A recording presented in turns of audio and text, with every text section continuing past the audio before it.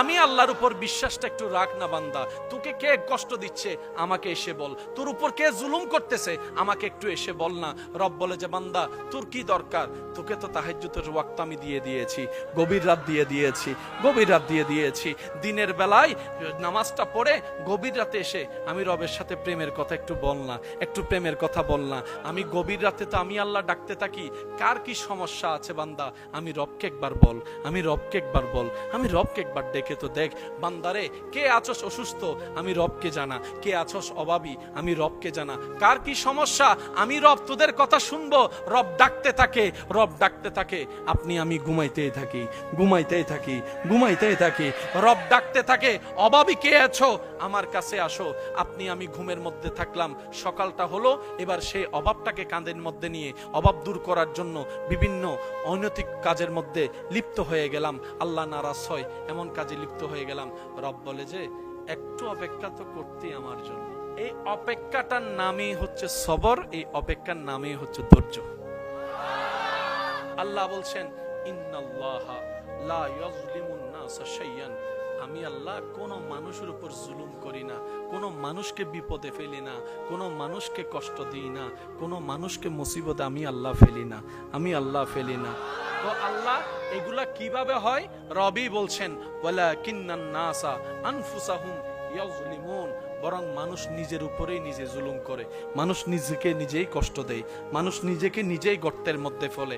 আমি আল্লাহ তো বলেছি মাদক সেবন করা আমার পছন্দ না, কিন্তু মানুষ নিজেই মাদক সেবন করে নিজেই নিজের অস্তিত্ব নষ্ট করে ফেলে, নিজেই নিজের শরীর নষ্ট করে ফেলে। কথা বলেন ঠিক কিনা?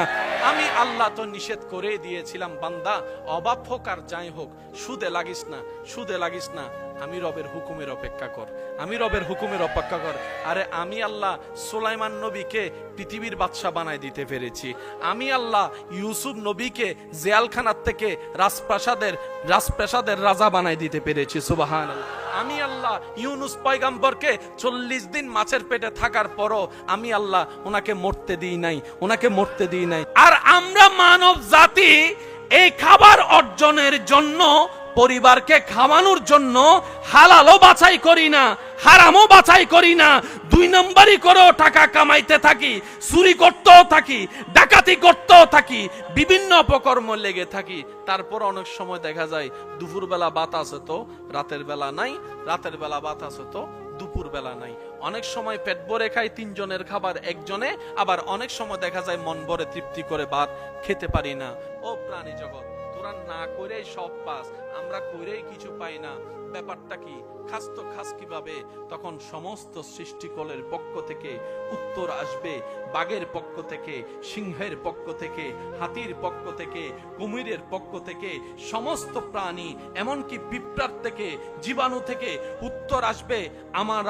আমরা যে ক্ষুধার্ত না হয়ে পেট ভরা অবস্থায় যে খাবার আমরা পেয়ে থাকি, এটার একমাত্র কারণ আমাদের তাওয়াক্কুল, আমাদের বিশ্বাস আমার রব্বুল আলামিনের উপরে, রব্বুল আলামিনের উপরে, রব্বুল আলামিনের উপরে।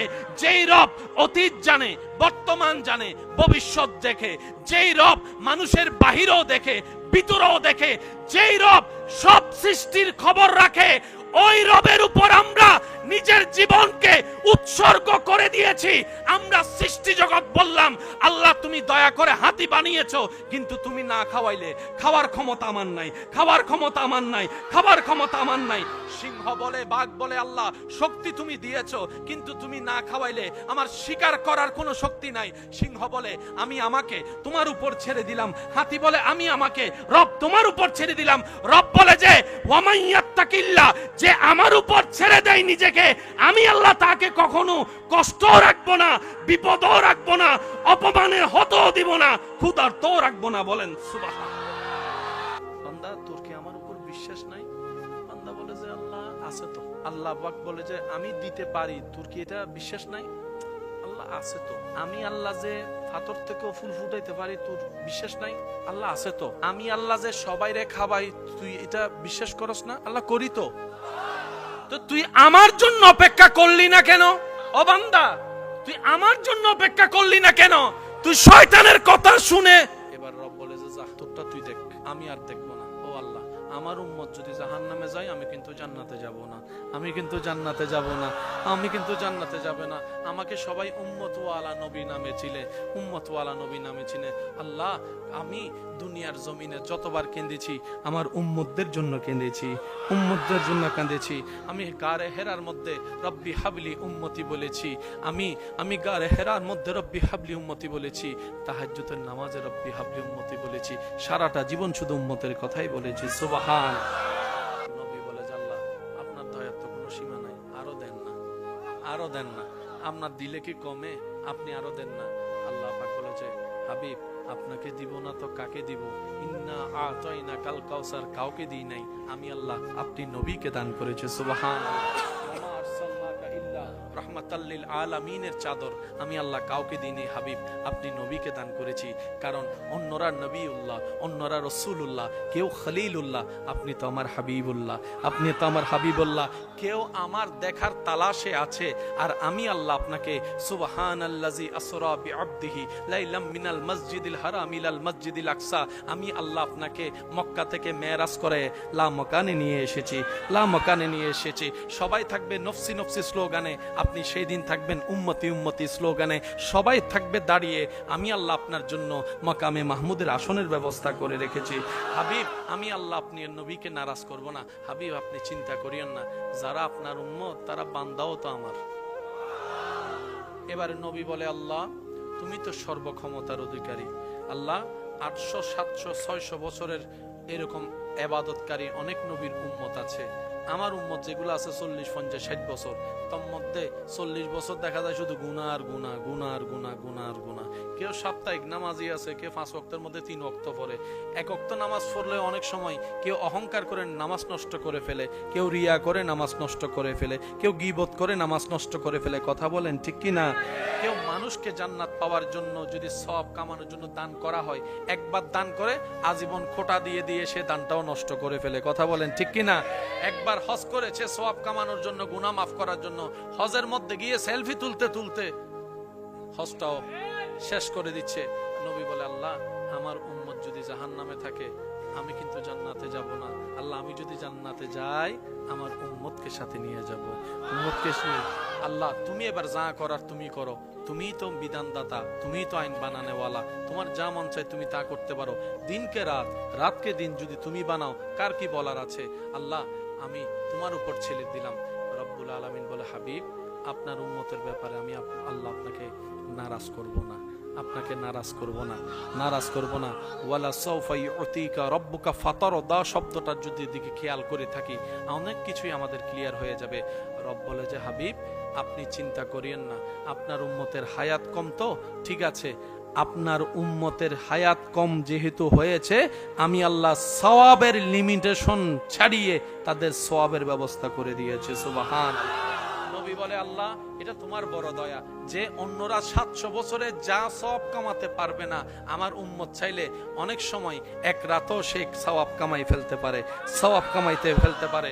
রব্বুল আলামিন বলে, হাবিব আপনার উম্মতকে জানিয়ে দিন, ইন্না আনজালনাহু ফি লাইলাতুল কদরে ওয়া মা আদরাকা মা লাইলাতুল কদর, আমি এমন একটা রাত আপনার উম্মতকে আপনার খাতিরে দান করছি যেটা অন্য কাউকে দিই নাই। অন্যরা 1000 মাসে ইবাদত করে যে সওয়াবের পাহাড় বানাবে, আপনার উম্মতকে লাইলাতুল কদরের মতো একটা রাত দেওয়া হয়েছে। অন্যরা 1000 মাসে যা পারে নাই আপনার উম্মত এক রাতেও তা কামাই ফেলতে পারবে। সুবহানাল্লাহ। আল্লাহ পাক বলে, হাবিব আপনার উম্মতকে বলেন 5 ওয়াক্ত নামাজটা ভালো করে পড়তে, পড়বে 5 ওয়াক্ত। আমি সুপ্রিম কোর্ট থেকে রায় করে দিয়েছি, ডান কাঁধের ফেরেশতা জানে, পড়বে 5 ওয়াক্ত, লেখা হবে 50 ওয়াক্ত। আল্লাহ নবী বলে, আল্লাহ এটা তো আপনার বড় দয়া।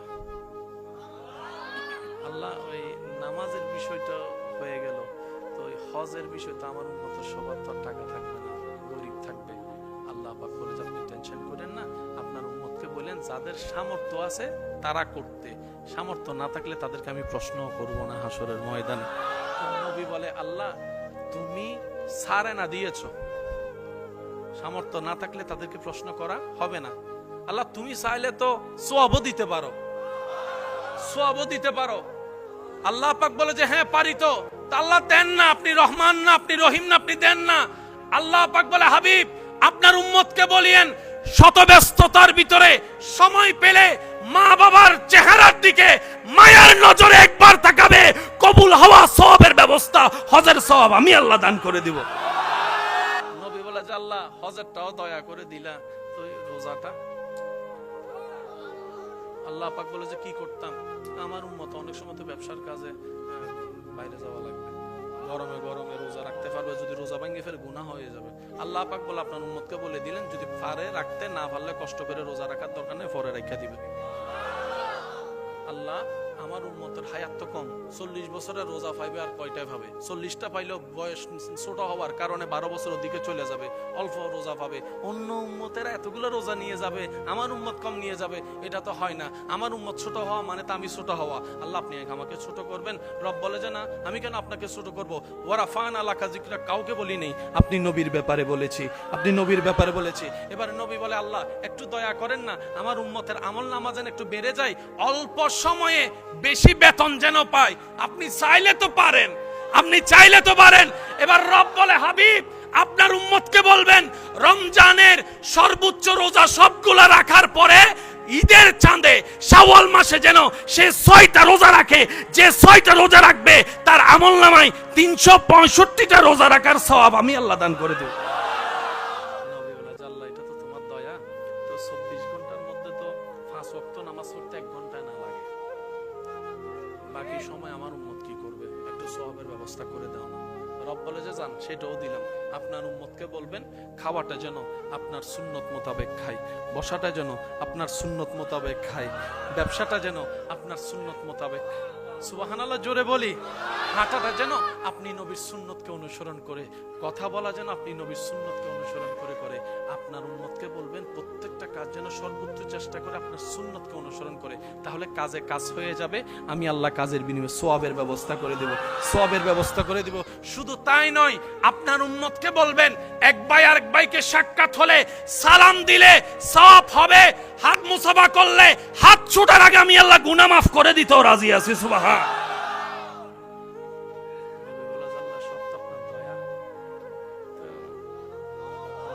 ঘুমের টাইমটা আমার উম্মত যে ঘুমাই থাকবে 7 ঘন্টা 8 ঘন্টা 9 ঘন্টা, হায়াত টাইম না কম, 50 বছর 60 বছর, এখানে যদি 8 ঘন্টা ধরে ঘুম চলে যায়, হিসাব এটাও বাদ করে যাচ্ছে না? আল্লাহ আপনি চাইলে তো এটাও কিছু একটা করে দিতে পারেন, এটাও কিছু একটা করে দিতে পারেন। রব বলে যে আপনার খাতির আমি সেটাও করে দিলাম। আপনার উম্মতকে বলবেন রাত্রে ঘুমানোর আগে যেন একটু কষ্ট করে অজুটা করে নেই, অজুটা করে নেই, অজু করে ঘুমাবে, প্রতিটা নিঃশ্বাসে ডান কাঁধের ফেরেশতা সওয়াব আকারে লিখে ফেলবে। সুবহানাল্লাহ।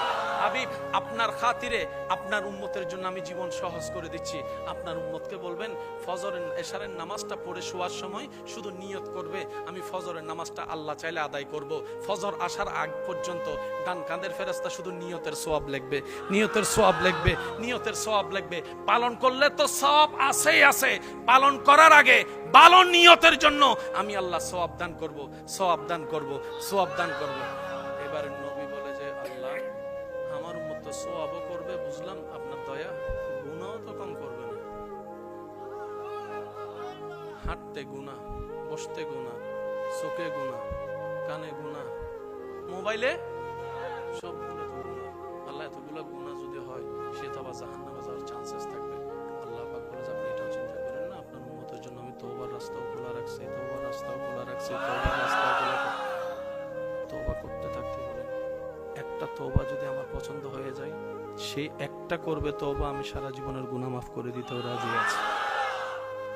নবী বলে যে আল্লাহ এর পরও যদি আমার কোনো উম্মত গুনাহ নিয়ে যায় হাসরে, রব বলে যে আপনি চিন্তা করেন না, সেখানে আমি আপনার সুপারিশের ব্যবস্থা করে রেখেছি। এত কিছুর পরও যদি আমরা জান্নাতে যাইতে না পারি, বুঝতে পারছি? এবার নবী বললেন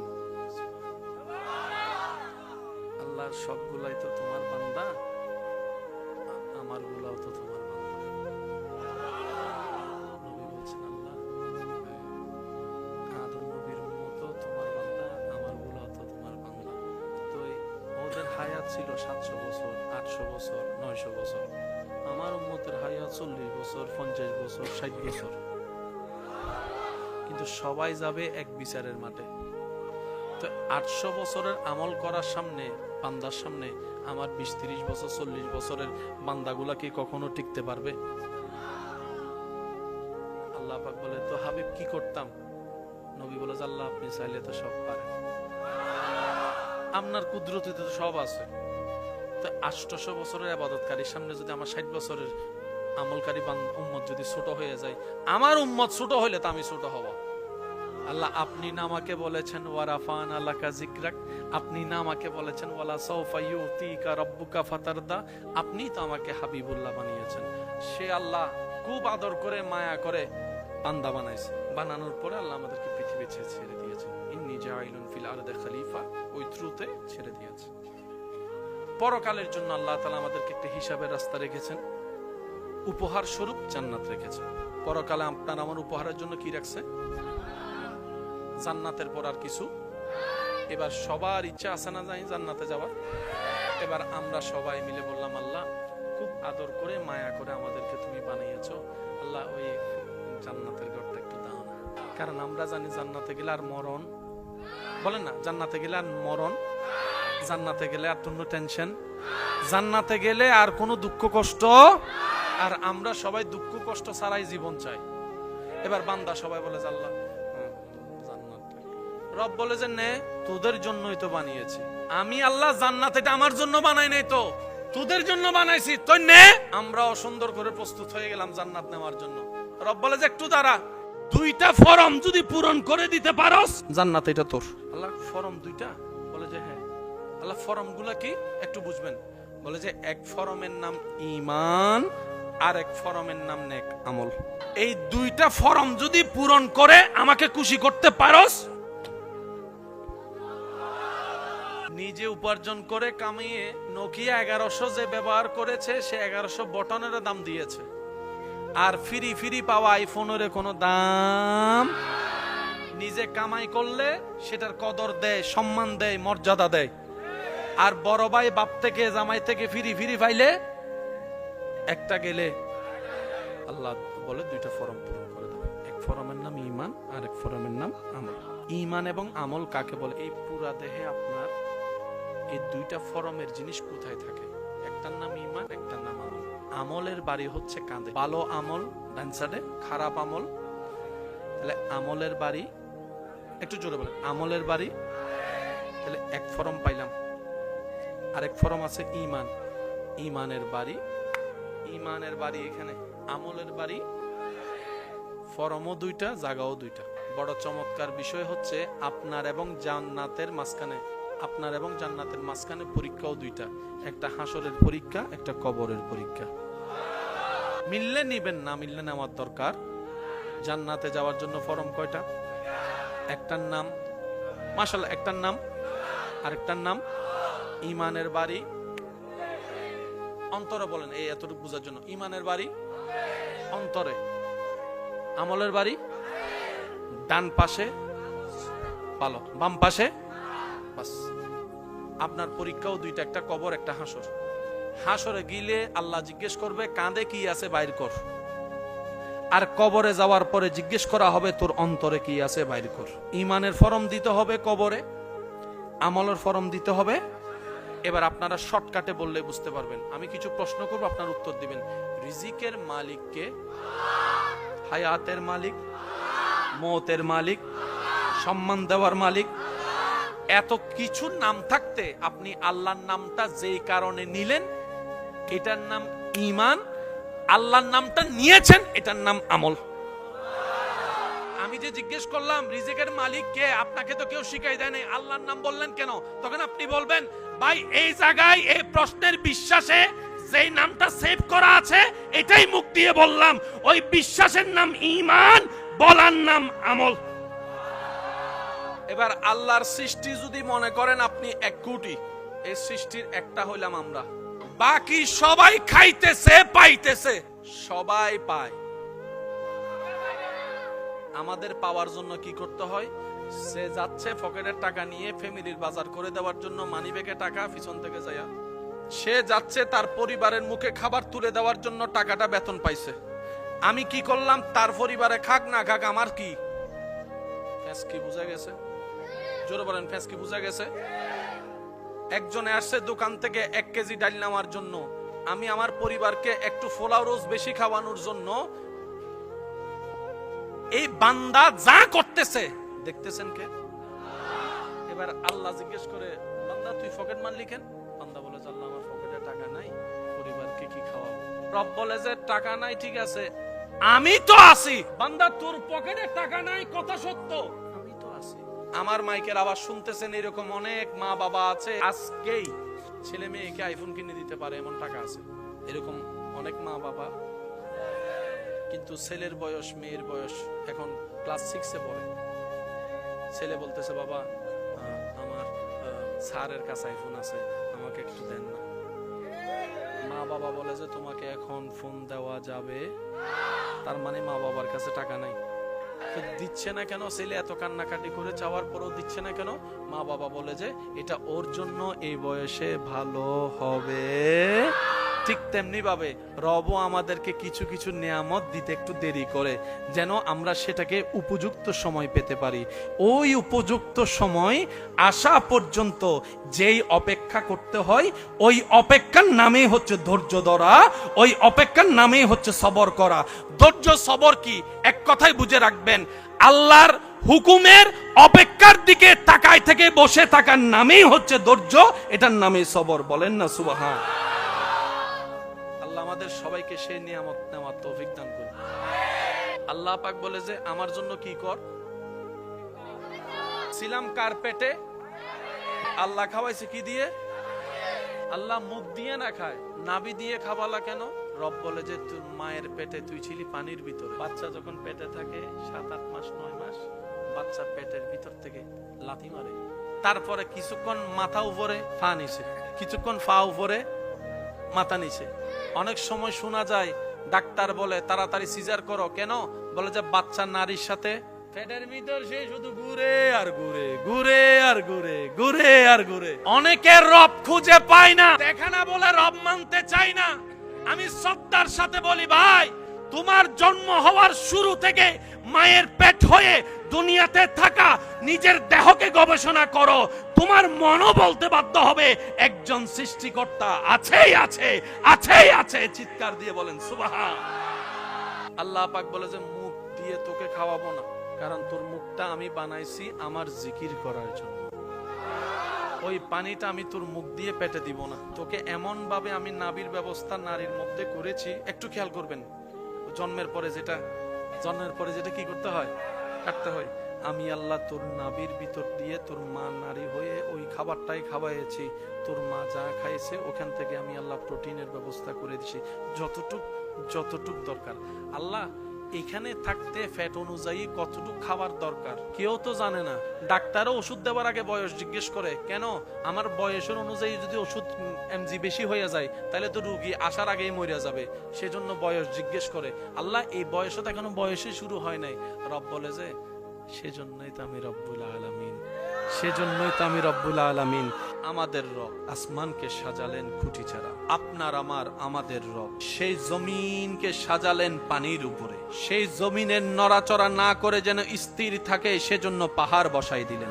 সেই জমিনে যারা বসবাস করবে প্রাণী জগতের জন্য যা দরকার সেই খাবারটা জমিনের ভিতর দিয়ে আল্লাহ চাষের মাধ্যমে তুলে দেন।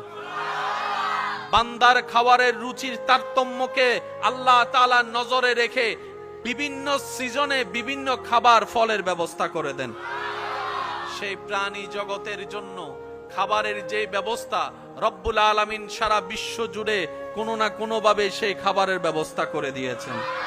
সেই প্রাণী জগৎ বেঁচে থাকার জন্য যেই অক্সিজেনের দরকার রব্বুল আলামিন সেই পরিমাণের চাইতেও বেশি অক্সিজেন পৃথিবীর মধ্যে ব্যবস্থা করে দিয়েছেন। রব্বুল আলামিন ভালোই জানে কখন কোথায় কিভাবে দরকার। রব সেইভাবেই সৃষ্টি জগৎকে সাজিয়েছেন, কিয়ামত পর্যন্ত তিনি সেভাবে চালাবেন। সব প্ল্যানিং কার? আর আল্লাহর প্ল্যানিং এ বিন্দু পরিমাণ কোনো 19-20। ঘরে গিয়ে আজকে নাকটা একবার দেখবেন, আপনার নাকের যে ডিজাইন, খাবারের জন্য কি দরকার, খাবারটা চিবানোর জন্য কি দরকার, কখনো খেয়াল করেছেন কিনা আমি জানি না, তবে আজকে একটু চেষ্টা করবেন আল্লাহর রহমতটা একটু দেখার জন্য, বোঝার জন্য। আমি বলবো আপনারা শুধু জিহ্বা দিয়ে নিজের দাঁতগুলোকে দেখবেন। শেষের দাঁত একরকম, সাইডের দাঁত একরকম, সামনের দাঁত একরকম। জিহ্বা দিয়ে একটু ট্রাই করে ফেলেন।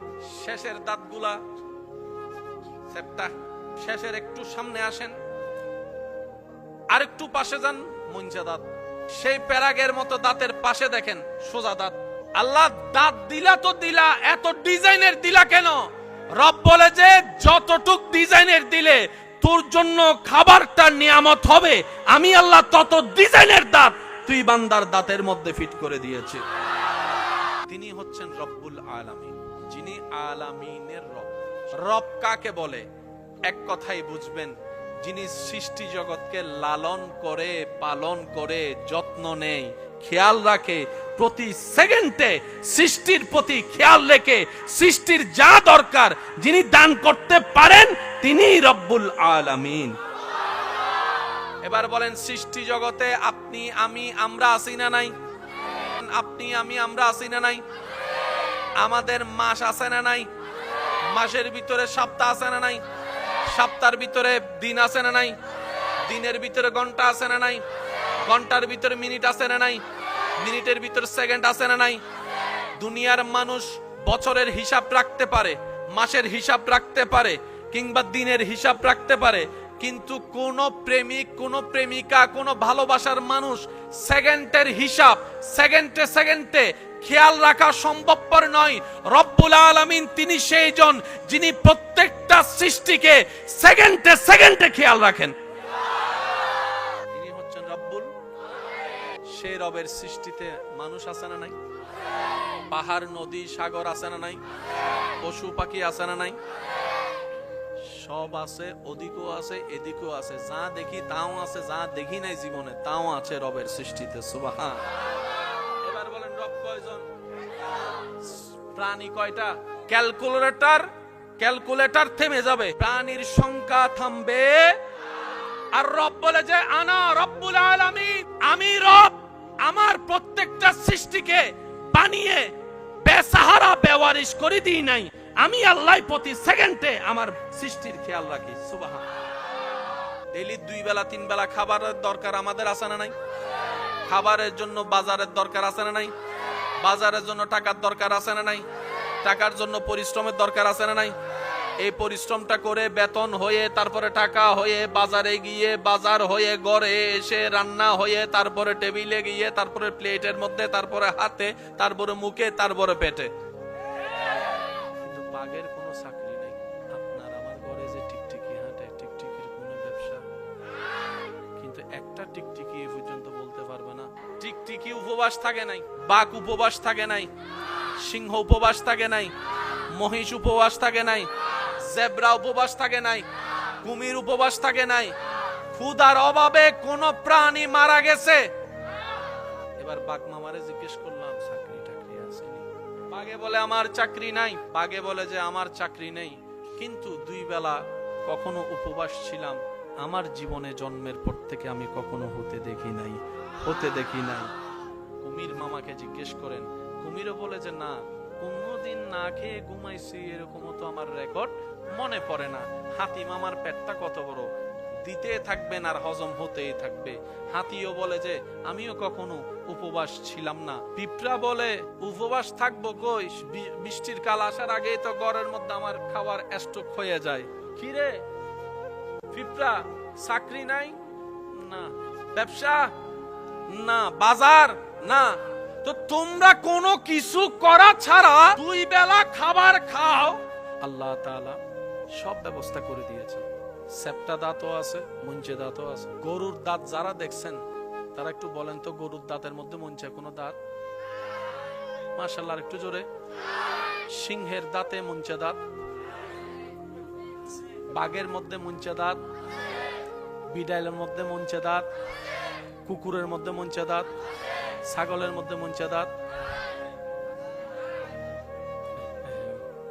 ছাগলের মধ্যে মঞ্চে দাঁত। এবার দেখেন, যাদের কাছে প্যারাগের মতো দাঁত নাই, ওই সমস্ত প্রাণীরা গোস্ত খায় না, ওরা খায় ফাতা। ছাগলে কি খায়? ঘাস, পাতা, লতা। গরু কি খায়? গোস্ত খায়। গরু গোস্ত খায়, সেজন্য ওই ফেরাগের মতো দাঁতও। এবার বলেন, বাঘে লতা খায়, বাঘে পাতা খায়, বাঘে ঘাস খায়, বাঘে কি খায়? সেজন্য মঞ্চে দাঁত। মানুষে শাকও খায়, গোস্তও খায়, সেজন্য আল্লাহ মানুষের দাঁতের মধ্যে দোনো ধরনের দাঁতের ব্যবস্থা। সব কিছু বানালেন কে? সব কিছু সাজালেন কে? সব কিছু ডিজাইন করলেন কে? কোন আল্লাহ? যেই আল্লাহর সিদ্ধান্তে কোনো ভুল নাই। কোন আল্লাহ? যেই আল্লাহর প্ল্যানিং এ কোনো কমতি নাই। কোন আল্লাহ? যেই আল্লাহর ডিজাইনের মধ্যে বিন্দু পরিমাণ 19-20 নাই। সেজন্য আমরা যখন ঘর বানাই, অনেক সময় দেওয়াল বাঁকা হলো আস্তর দিয়ে ফিনিশিং দিতে হয়। এই ফিনিশিং করতে গিয়েও ফিনিশিং হয় নাই, এরকম হাজার দেওয়াল। অথচ আল্লাহ আপনাকে দুইটা হাত দিয়েছেন, দুইটা হাত বরাবর মেজারমেন্ট। আল্লাহ আপনাকে দুইটা পা দিয়েছেন, পায়ের মেজারমেন্ট বরাবর। 1 ইঞ্চি তো দূরের কথা, এক সুতাও 19-20। বলেন 19-20। পাহাড় কেমন? যে জায়গায় যে পাহাড়টা যতটুক হওয়া দরকার, সে জায়গার পাহাড় তেমন। হিমালয়ের পাহাড় আলাদা, বান্দরবনের পাহাড় আলাদা। কত হাজার মানুষ চেষ্টার পর চেষ্টা করে জান্নাতের দরজা পর্যন্ত দেখবে না। আবার অনেক আল্লাহর সৌভাগ্যবান বান্দা এমন আছেন, হবেন, যাদেরকে আল্লাহ দয়া করে জান্নাত পর্যন্ত পৌঁছায় দিবেন। আমাদের কাজ কি? আমাদের কাজ হচ্ছে নিয়তকে পরিষ্কার রাখা, মনকে বড় রাখা, রবের দরবার থেকে আশা থেকে নিরাশা না হওয়া, দোয়ার পর দোয়া করা, ভিক্ষার পর ভিক্ষা চাওয়া। এখানে অনেক ভাইয়েরা আছেন, বিজ্ঞান নিয়ে পড়ার স্বপ্ন থাকলেও ভয়ে, বিজ্ঞান নিয়ে পড়ার স্বপ্ন থাকলেও যখন রসায়ন পদার্থর কাহিনী শুনছে, ভয়ে আর সামনে যেতে পারে না। আল্লাহর কাছে আমরা প্রথমেই ভিক্ষার হাত ফরিয়াদ করব, আল্লাহ যেন আমাদের জন্য সহজ করে। আমার ভাই হয়তো আমার সাথে একমত হবে, আল্লাহ আমাদেরকে নবী রাহমাতুল্লিল আলামিনের উম্মত করে এমন দয়া করেছেন, আমাদের পাটা জান্নাতের দরজার সামনে গিয়ে আল্লাহ রেখেছেন। শুধু ঈমান, নেক আমল, একটু ধৈর্য, একটু সহ্য, শুকরিয়ার সাথে যদি জীবনটা কাটাইয়ে যাইতে পারি, আল্লাহ চাহে তো কদম দিলেই জান্নাত পেয়ে যেতে পারি। এইরকম সুযোগ আল্লাহর কাউকে কখনো দেন, জোরে বলেন, আর কখনো কাউকে দেন। ঈমানটা মজবুত, আমলটা সর্বোচ্চ আল্লাহর জন্য, সন্তুষ্টির জন্য করা। পারবো তো ইনশাআল্লাহ?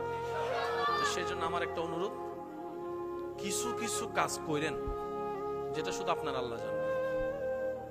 এটা আমি সবাইকে বলতেছি, কিছু কিছু কাজ করেন, শুধু এটা আপনার এবং আল্লাহর ভিতরে থাকবে। এটা যেন আমরা আর কেউ, যেমন আপনি চাইলে সেটা কাজটার দাম দিয়েও করতে পারেন। আপনার পকেটে 2টা টাকা আছে, নাই আর কিছু নেই, 2টা টাকা আছে,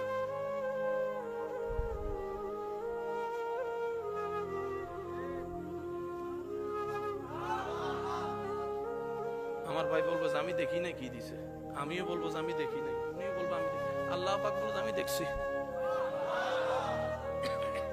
এই 2 টাকা আল্লাহ কবুল করে 2 কোটি টাকার চাইতে বেশি সব চাইলে দিয়ে দিতে পারে। কিছু কাজ আল্লাহর জন্য করেন। যেমন আপনার আত্মীয় স্বজনের মধ্যে কে অভাবী বেশি, তাকে একটু খবর নেন, কেউ জানবে না, গোপনে গোপনে তার জন্য প্রত্যেক মাসে কিছু হাদিয়া পাঠাইতেন আল্লাহর খুশির জন্য। এটা যে কি পরিমাণ জমা হবে আপনি কল্পনা করতে পারবেন না। আপনার এলাকায় একটু খবর নেন, কার সাংসারিক অবস্থা খুব খারাপ, পড়ালেখা করতে পারে না, মেয়ে বিয়ে দিতে পারছে না, একটু গোপনে গোপনে খবর নেন। আল্লাহ যতটুকু তৌফিক দেয় সেটা আপনি পৌঁছায় দেন, কেউ জানবে না।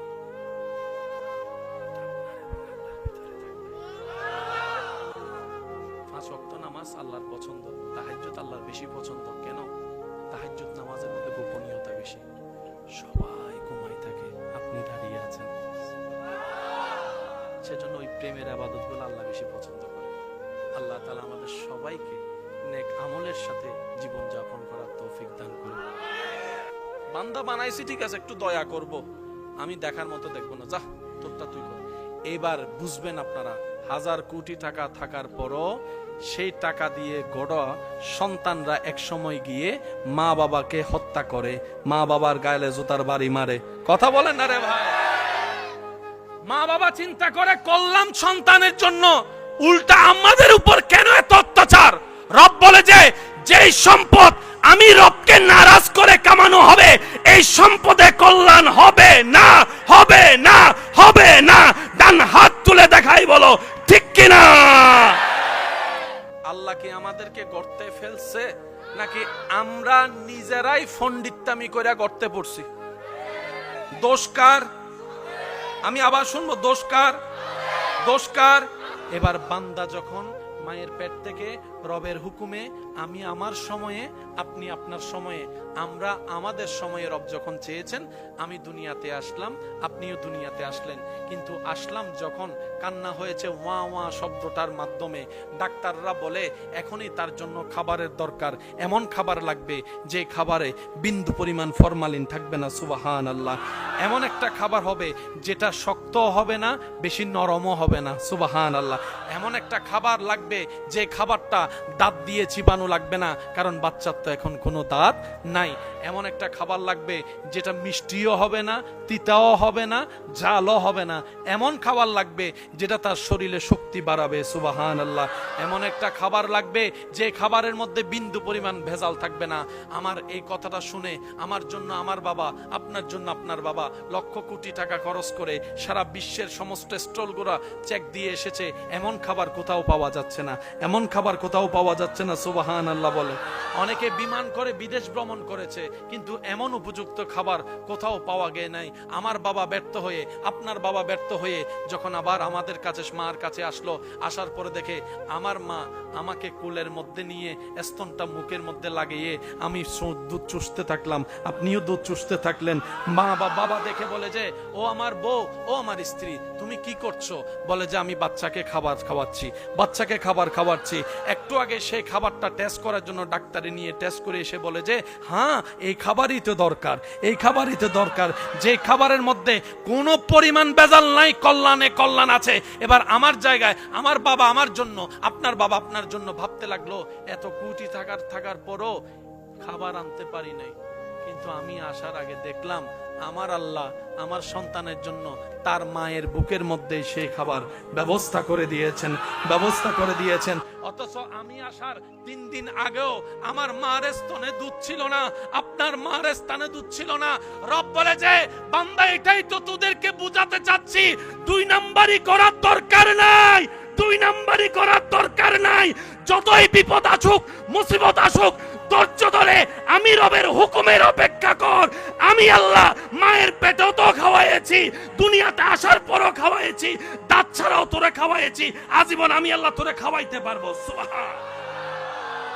বেঁচে থাকার জন্য, সুস্থ থাকার জন্য, পাওয়ারই ওষুধ, লোড নেওয়ার জন্য খাবারের দরকার। অনেক সময় দেখবেন আমরাও ঘরে অসুস্থ হলে কিছু খাইতে ইচ্ছে না করলে মা বাবা মুরব্বীরা এসে কিংবা প্রিয়জনরা এসে বলে যে একটু হলে খাও, ওষুধ খাইতে হবে তো, একটু হলে খাও। কারণ খালি পেটে যদি পাওয়ারই ওষুধ যায়, খাজনার চাইতে বাজনা বেড়ে যাবে। তো খাবারটা যদি যাওয়া হয়, সে পাকস্থলিতে যখন ওষুধটা পড়ে তখন কাজটা একটু ভালোভাবে হয়। একটু খেয়াল করবেন, সারা জীবন খেলাম মুখ দিয়ে, অসুস্থ হওয়ার পরে দেখা যায় একটা নলি দিয়ে এই নাকের ভিতরে, ও ডাক্তার নাক দিয়ে তো নিঃশ্বাসে না নিয়েছি, খাবার কেন নাক দিয়ে? ডাক্তার বলে এটাই তো রবের বড় দয়া, এটা তো রবের বড় দয়া। এমন অবস্থা হয়েছে মুখ দিয়ে খাবার গিলার ক্ষমতা ওনার কাছে নেই, আল্লাহ পাক ওনার জন্য দয়া করে অপশনাল একটা ব্যবস্থা নাকের মধ্যে করে দিয়েছেন। সেটা কি? নাকের মধ্যে গিয়ে যে নালীটা মুখের নালী এক জায়গায় করে দিয়েছেন, এক জায়গায় করে দিয়েছেন। সেজন্য খেয়াল করে দেখবেন, আপনি পানি খাওয়ার সময় নিঃশ্বাস নিতেও পারবেন না, ফেলতেও পারবেন না। খাবার ডুব গিলার সময় 1000 বার চেষ্টা করলেও নিঃশ্বাস নিতেও পারবেন না, ফেলতেও পারবেন না। সেজন্য অনেক সময় দেখবেন, এটা পরীক্ষা করলে দেখা যাবে, দৌড়ায় আসার পরে যখন বেশি পানি তৃষ্ণা লাগে, নিঃশ্বাসও যখন বেড়ে যায়, পানি যখন ঘটঘট করে খেতে থাকেন, আপনি দেখবেন পানিটা খাওয়ার পরে, অনেক খাওয়ার পরে আপনার নিঃশ্বাস নেওয়ার জন্য আপনি আবার সেই বোতলটাকে সরাই ফেলছেন, গ্লাসটাকে সরাই ফেলছেন। আল্লাহ এমন ভাবে আপনার নাকে মুখে ডিজাইন করেছেন, বান্দারে মুখ যদি কখনো খাবার উপযুক্ত না হয়, তুই নাক দিয়ে যেন খেতে পারিস, আমি আল্লাহ সেই ব্যবস্থাও করে রেখেছি। সুবহান। তিনি হচ্ছেন আমাদের রব্বুল। রব সবাইকে দিয়েছেন, দিচ্ছেন, দিবেন। মাঝে মধ্যে দিতে একটু লেট করে, দেরি করে কেন? আল্লাহ তুমি চাইলে তো দিতে পারো। রব বলে যে আমি দিতে পারি, কিন্তু এখন দিলে তুই রাখতে জানবি না, সেজন্য দিব না। বলেন না সুবহান।